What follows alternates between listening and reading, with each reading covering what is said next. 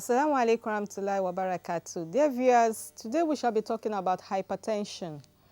Hypertension is very common in our environment, perhaps because we're blacks, because a lot of information available to us in the science world now talks about the fact that hypertension is more common in blacks, and wherever they are, be they American Africans or African Americans, wherever we may be, hypertension seems to always be very common with us, and when it's present, it also runs a very severe course.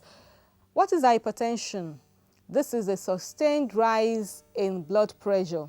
I say it is sustained because you cannot just have one reading of a high blood pressure and decide that the individual is hypertensive.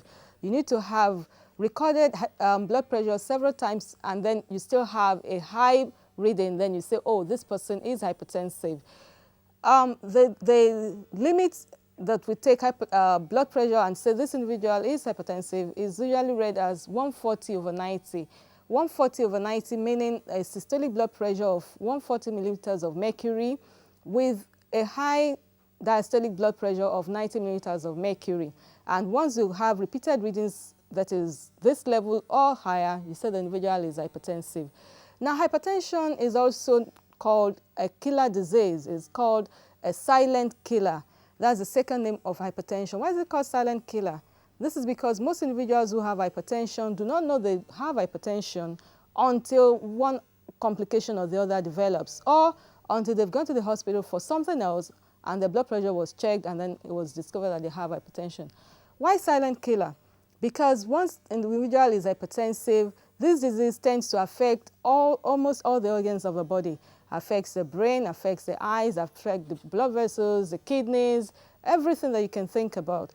It's a silent killer because once it's in the system and the individual does not know, and usually one doesn't until a complication or the other develops, it continues to wreak its own havoc, and at the end of it all, the individual comes usually to the hospital with one complication or the other. Silent killer it is, and therefore once we know that we are hypertensive, we must ensure that we are properly managed. One of the things that we do when a patient is hypertensive, confirmed hypertensive, is to advise on the diet. The patient is advised to reduce the salt in the diet, to reduce the taking in of other salt cubes that we all know about, to reduce the level of fat intake, reduce the margarine intake. If a food can be fried, or if it can be boiled, why do you need to fry it?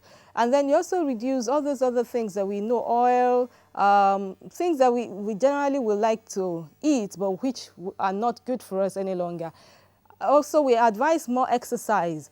Most of us live a sedentary lifestyle, and which will also complicate our hypertension the more, so we advise against that. Apart from advising on diets and the exercise, we also advise against the use of alcohol, which has been found to also increase hypertension. And then, of course, you must take your medication and comply with the medication, because here we have problems. Because of the numerous side effects that attend these medications, a number of people would not comply. But once again, we need to know that hypertension is not a disease that can be cured, but be properly managed. And if properly managed, we are not likely to end up with the complications like stroke, like blindness, like renal failure, and all the like. Until I come your way again, Assalamu alaikum wa rahmatullahi ta'ala wa barakatuh.